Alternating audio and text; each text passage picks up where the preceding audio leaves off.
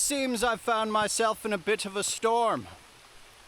Hey, what's up everybody? Welcome back to the channel. I want to get into a hypothetical today. Hypothetical story here. So, imagine the gas stations have gone dry. Supermarkets are no longer holding the food supply, the stock that you and your family need. You just lost your job to an AI. People are fighting in the streets. They're panicking. They're looting in the cities. Proxy wars are happening all around the world. And you're wondering, is this World War III?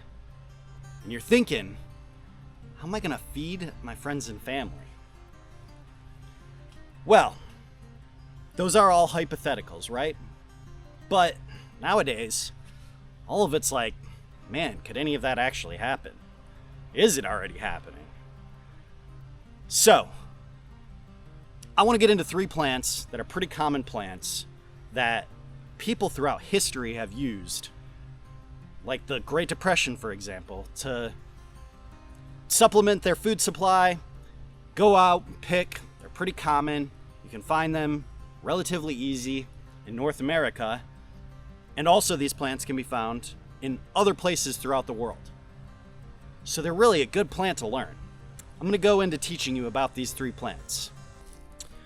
Alrighty, the first plant on our list here is the common cattail.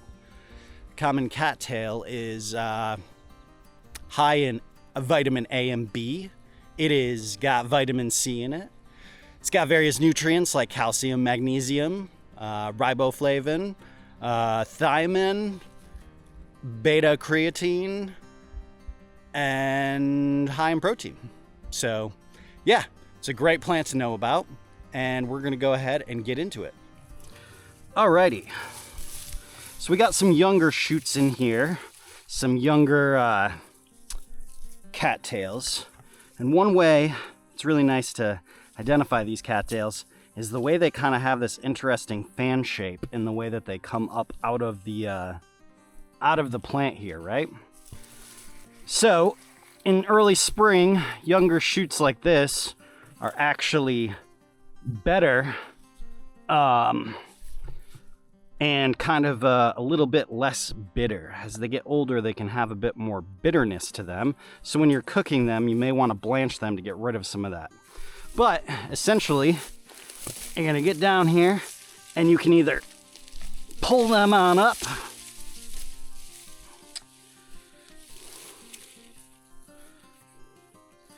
and you more or less got yourself your first shoot here.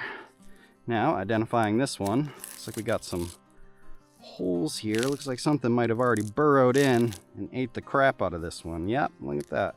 Sorry, little buddy. Guess you can keep eating that one. Let's go ahead and give another one a shot.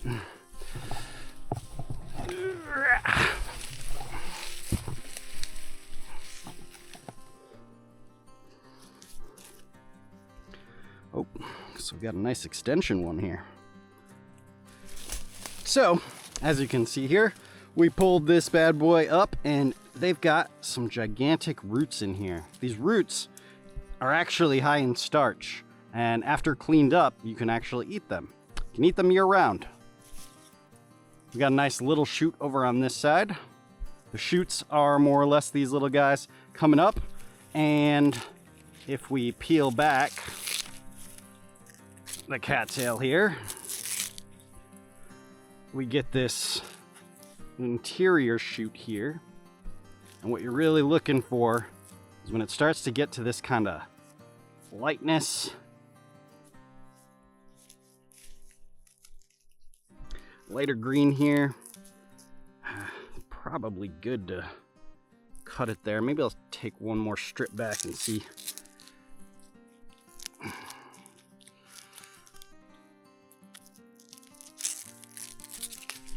Well, all right, guess it chose for me. So yes, got this interior bit here. Go ahead and chop this off.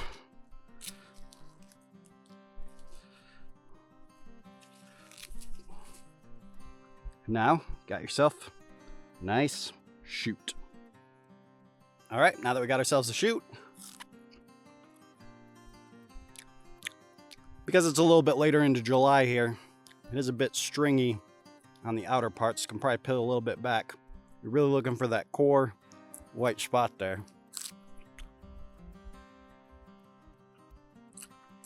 It kind of tastes like a cucumber with a little less of the cucumber flavor. In fact, it doesn't really have a high flavor in general. If anything, I'd almost say like a little bit of a blander celery is the best way to describe it.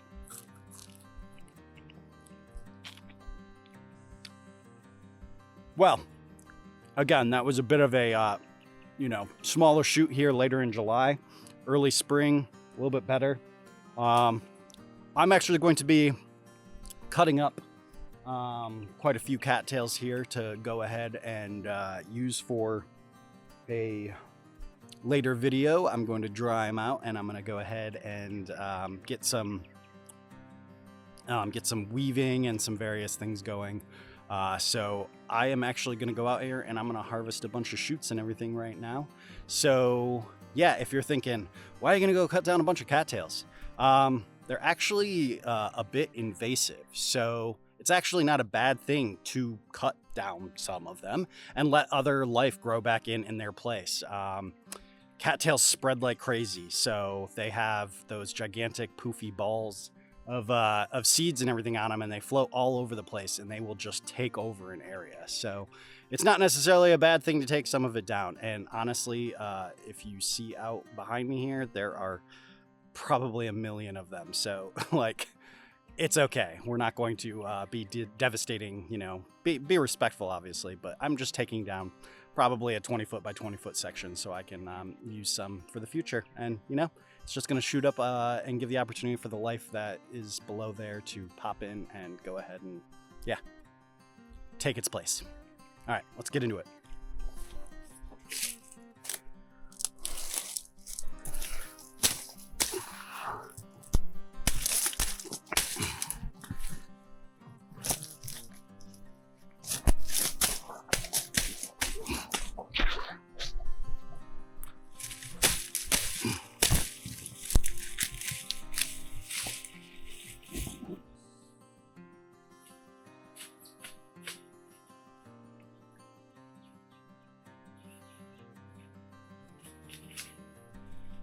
I'm just out here among the cattails.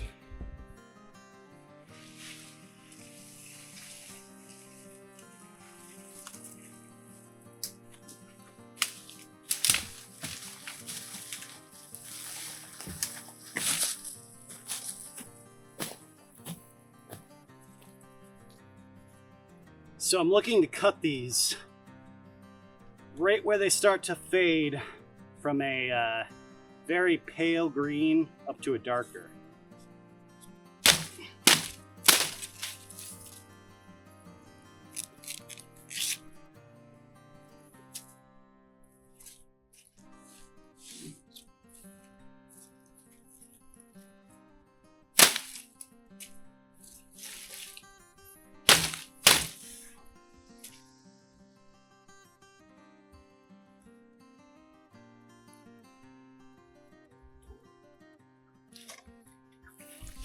Alrighty, so I just wanted to say that I did bring a bunch of the shoots and get them cleaned up and everything of the cattails.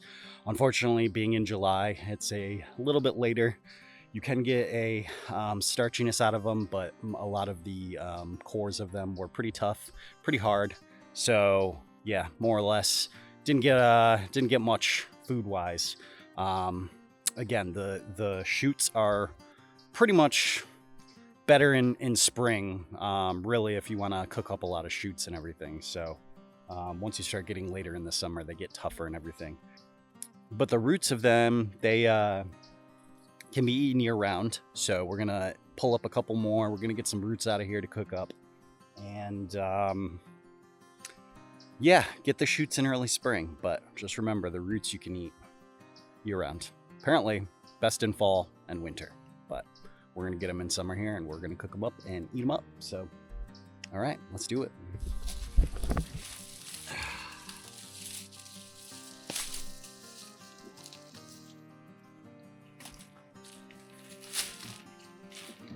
That's the ticket. That's the stuff we're looking for.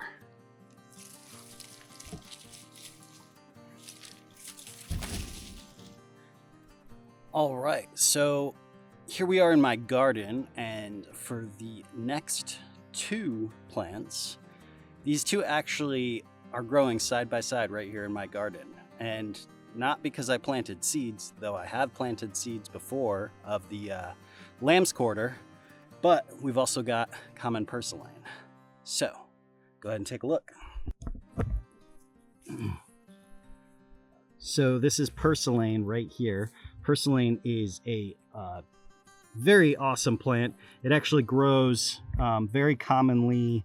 You can pretty much just till your yard, flip the soil, and you're most likely going to have purslane grow out of it. So a nice thing about purslane is that it actually has omega-3s in it, which is, you know, an omega-3 fatty acid, which is like what you get out of fish and everything. You'll find vitamin A, vitamin C, potassium, magnesium. But I think the biggest thing is that the sufficient amount of omega-3s, you know, like you can get that out of algae, and you also get that from fish oils. So yeah, it's generally, the stem is kind of like, it looks like a succulent. And if you snap the stem here, this will actually kind of give like a snapping sound. It may not at a younger phase like this, but as it gets larger, you'll actually hear kind of like a snap pop. And though these leaves are not really there yet because they're new, when we try and find a larger one and identify it, they have more succulent, thicker leaves on them that kind of snap as well, and you can kind of put your thumb into, and it'll leave like finger indentation, thumbnail indentations. So that's purslane for you, and then we'll go ahead and take a little look here at the number 3 plant, which is going to be lamb's quarter. And funny enough, in my garden right here, purslane and lamb's quarter is growing like crazy. This is lamb's quarter right here. Lamb's quarter is also known as wild spinach. It's got vitamin A, C, and K, as well as minerals like calcium. You got potassium and iron. So it's great, heavily used during the Great Depression as a substitute food source for many families. You know, it might be one of these things that you want to consider in a survival situation / you know, a World War III scenario. Get rid of your lawn, literally flipping your yard to soil, and just having a nice dirt like this. This is just from me tilling part of the garden. These plants just grow in abundance. They will just pop up out of everywhere, and you can, you know, get seeds and everything and plant them as well. But I'm just, you know, they're so common that you can, you know, find them anywhere. I mean, I've got lamb's quarter growing all around in here already, and purslane's popping up all over the place as well. So yeah. Alrighty, so growing here we have some common purslane. Again, the best way to identify purslane is their leaves are like little succulents, and you can put your finger in them, get a nice little indent like that. And that's a good way to be able to identify them. Another big key feature for them is that they all go back to one taproot. So there's multiple growing here, but they grow from a singular taproot. So where is it? You can see they're coming out of one singular one right here. And we can get down there, pick that one root, and now you got yourself a nice chunk of purslane. This is the one that was full of, or has omega-3 in it, which is great. And then another key feature for purslane is your stems. They kind of snap like that. Have a nice little snap that happens to them, which is another great way to identify that you got yourself some purslane. So now we have a nice big chunk of purslane right here. This stuff can grow even larger than this. As I was saying before, in a time of need, get out, start digging your yard up, flip it, get rid of the grass. This stuff and lamb's quarter grows heavily in soils, in surface soils.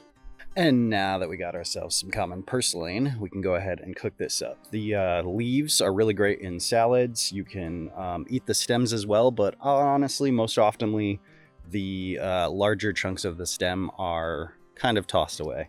Obviously, in a survival situation, you know, you're trying to feed yourself, your family, whatever. Use every bit of it. Might be a little bit chewy, but hey, a little bit chewy, stringy, still feeds you. So, all right, let's get some lamb's quarter.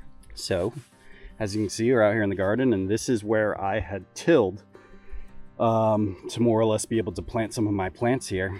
And as you can see, again, purslane, lamb's quarter growing all over the place in here, but very nice abundance of it. And lamb's quarter is very distinct in my opinion. The leaves are a very distinct leaf. They kind of grow like opposite of each other, but then they kind of climb. Like if you look at the stem here, they kind of go a little bit back and forth with some zigzaggy. So I find this to be a great way to kind of identify it. Obviously do your own research, learn all of the traits, because one of the things with lamb's quarter is I've had lamb's quarter that is red purple stalks, and it'll go complete purple, come out onto the leaves and be purple on the leaves. I've had ones where it grows with little speckles and everything on there that are purplish red. So yeah, definitely take your time, look it up, learn the plant, and yeah, it's a fantastic one. They'll grow about 2 to 3 feet, and they will just pop up all over the place. I've literally got stakes here where it's growing all over in here just from flipping the soil. And yeah, lamb's quarter was heavily used during the Great Depression, and it's a pretty common, it can be commonly substituted for spinach. So if I take a leaf here,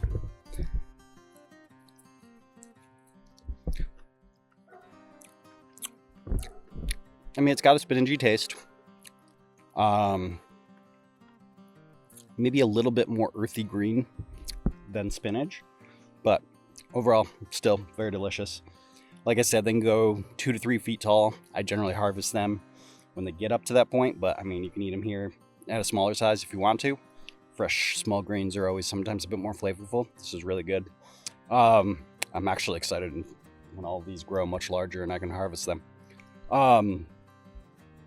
You can eat all of the stalk and you can eat the leaves. I personally find the stalks to be extremely chewy and sometimes really hard, especially when they're super thick. So I like to get the really, really small stems or just cut the leaves off and just cook up the leaves. It tastes a lot like you got spinach, throw a little garlic in there. It's great. So yeah, currently those are 3 recommendations. There are plenty of other plants out there. Learning this stuff can be so great, but these are 3 common plants that you can easily get your hands on. So let's cook up some greens, eh? All right, so we got some lamb's quarter here where my finger is moving. I got a little bit of purslane cooked up there, and then some of the rhizomes, or the roots of the cattails. I put some butter on them, threw some garlic in there and some pepper, and yeah, let's go ahead and eat them. All right, so the lamb's quarter, one of my favorites already. I already know because I already eat it quite frequently. Like to let it grow in the garden. Again, a great replacement for spinach. So good. The thing about that stuff too is if you get it a bit earlier, it's I don't know, a little bit more sweet. You can get a teeny bit more bitter the further it gets into its growth. But hey, a whole plant pretty much. When I cook that stuff up, I can get a solid pan that is more or less a meal or two for one person off of one plant when it's fully grown. Personally, I like it in salads, but you know, I was sauteing things up, so it's actually really good with just the butter. The thing about purslane is it tastes, it's almost got a little bit of a citrus in it. Very good in salads. I know it's used pretty commonly around the world in salads. Not as used in America, which it honestly should be. All three of these should be things that are pretty much sold in the supermarket. It's crazy to me that they're so beneficial for you, and yet we consider, you know, two of them to be weeds, and they can literally be growing right in your backyard. Feed yourself. This is a nice midday lunch snack. Also, please forgive me that I am eating and chewing right now and speaking to you. I'm just trying to give you guys a little taste test here. So we're going to go on to the rhizomes next, the roots of the cattails, and they kind of have like this soft mushiness in the center. That's where like the starch area is. So these outsides, I'm going to scrape this with my teeth and try and get that center stuff out.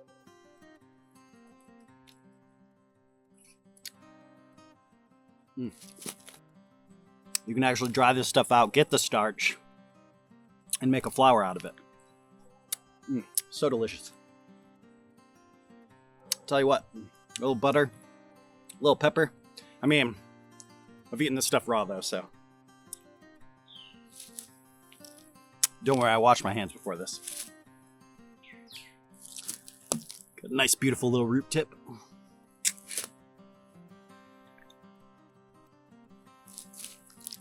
That part's so soft, you can pretty much eat the whole thing.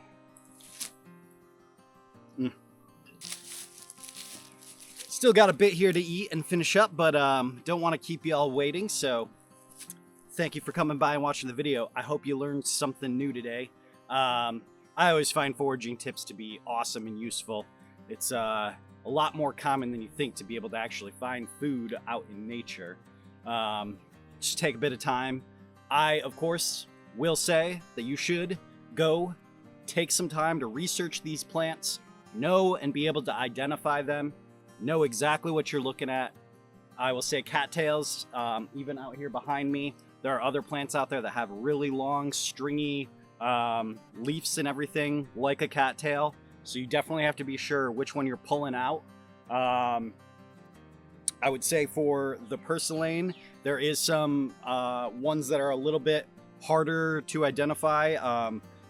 I kind of pointed out the two common things that I use, which is the finger into the succulent leaves and more or less snapping. But there are some lookalikes out there for purslane. I think it's pretty simple to recognize them, but you know, I've done my research. I've picked it for a while, so you know, do that. And then lamb's quarters as well. It has a range of different kind of colors and the way it can look as well. So I would highly recommend you go do your research on all of these three plants. They are a great food source, and I just want you to, you know, look at what the experts say and don't fully take it off of my personal comments and everything. I don't want anybody out there getting sick. Well, thank you guys for coming by and watching the video. I hope you learned something interesting and useful from this one. Let me know in the comments if this is something that you like. We can try and get out there and maybe find some more forageables. I feel like it's always useful to learn about these plants. Would love to know what you're thinking. Would love to know if you found this video to be useful, if you enjoyed this. You know, if you do enjoy content like this, please consider like and subscribe. It does wonders to help the channel grow, and I promise you guys I will continue to work to improve and make the channel better. Everybody, thank you for coming by, and stay wild. See you in the next one.